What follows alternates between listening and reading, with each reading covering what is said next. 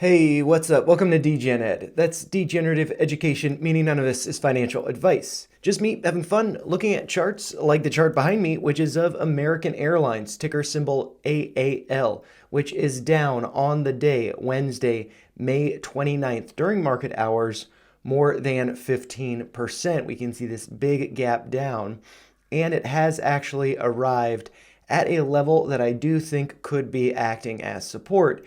And so I have done some videos in the past on American Airlines back here when these gaps were being formed and when this yellow uptrend was tested. And I had suggested that would be a great dip buying opportunity. But then since these gaps were formed, I became cautious that they would eventually be filled. But in that time of being cautious, when there was this consolidation over here, the price went up more than 33%, or about 33% there. And so, I missed out on those gains because I was concerned about these gaps being filled. And it looks like, the top two have been filled and the bottom one nearly has. And you may notice that there is this bell icon here at $12 a share. I was surprised to be alerted about this drop. I don't usually pay attention to my alerts. And I don't normally do videos on American Airlines because they don't typically get many views. So if you do enjoy this, make sure you like it, subscribe, and share it. So I will follow up on this. But yeah, I just think that this is really, really cool. And I do want to note that these blue lines that show gaps were drawn based on the highs. So they should have been based on the closes of the days to represent the gap from the prior day's close to the next day's open or low, whatever it is. And so both of these upper gaps have been filled. I'm not concerned about them, but this bottom one that I have marked here at 1122, that was based on the high of November 1st of 2023, and so that high was 1122. But the close for that day was 1114, so I do view that as a more significant level for price to be coming back to fill this gap before it can start to move higher.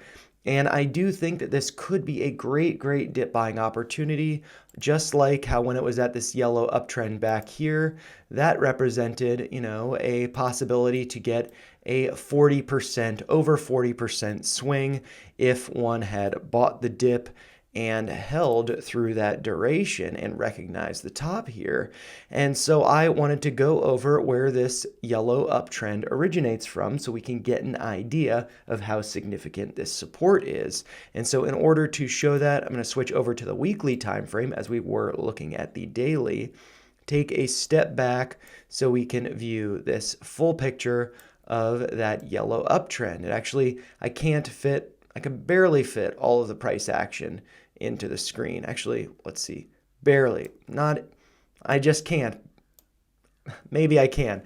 But anyways, this goes back to, let's see, I just need to adjust this actually. And so I'm actually going to switch over to the daily time frame because I did have that line drawn slightly incorrectly, but now I do have it fine-tuned here to the lows that were hit on two specific days rather than the closing day of the week.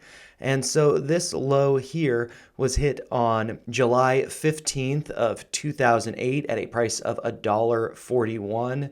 And then I have this other pivot point based on the low of March 5th of 2009. And so that's how I get this trend line based on those two pivot points. And we can see how it has been respected as support throughout time. And so that level was respected in July of 2009. And since then, it hasn't really been retested, approximately just getting above it in November of 2011 before big moves to the upside, and then continuing on into getting closer to current time. We can see just 1 second that price did retest that trend line in May of 2020, actually coming down nearly to it at the beginning of April 2020. So lots of panic in the markets around here, markets starting to bottom, and then price does rally. And so that was a low of 825 on May 14th, 2020. And since then, price has continued to reside above that until more recently, about the end of October 2023, did test that line again, which is when I began to analyze the chart more and think that that was a great dip buying opportunity. We are now back at that level. Possible we do go down to 11.22 to fill this gap, or more precisely fill it at 11.14, maybe just going down to $11 a share. But I could view this as a great dip buying opportunity with potential to, if it does go back to fill the gap to the upside, that right there represents about a 17% move. So, I feel like this is quite a steal. I'm pretty excited about it. I don't know about you guys, but those are just my thoughts. If you found them helpful, make sure you like the video, share your thoughts in the comments down below, and subscribe to the channel for more videos like this. Thanks a lot for watching.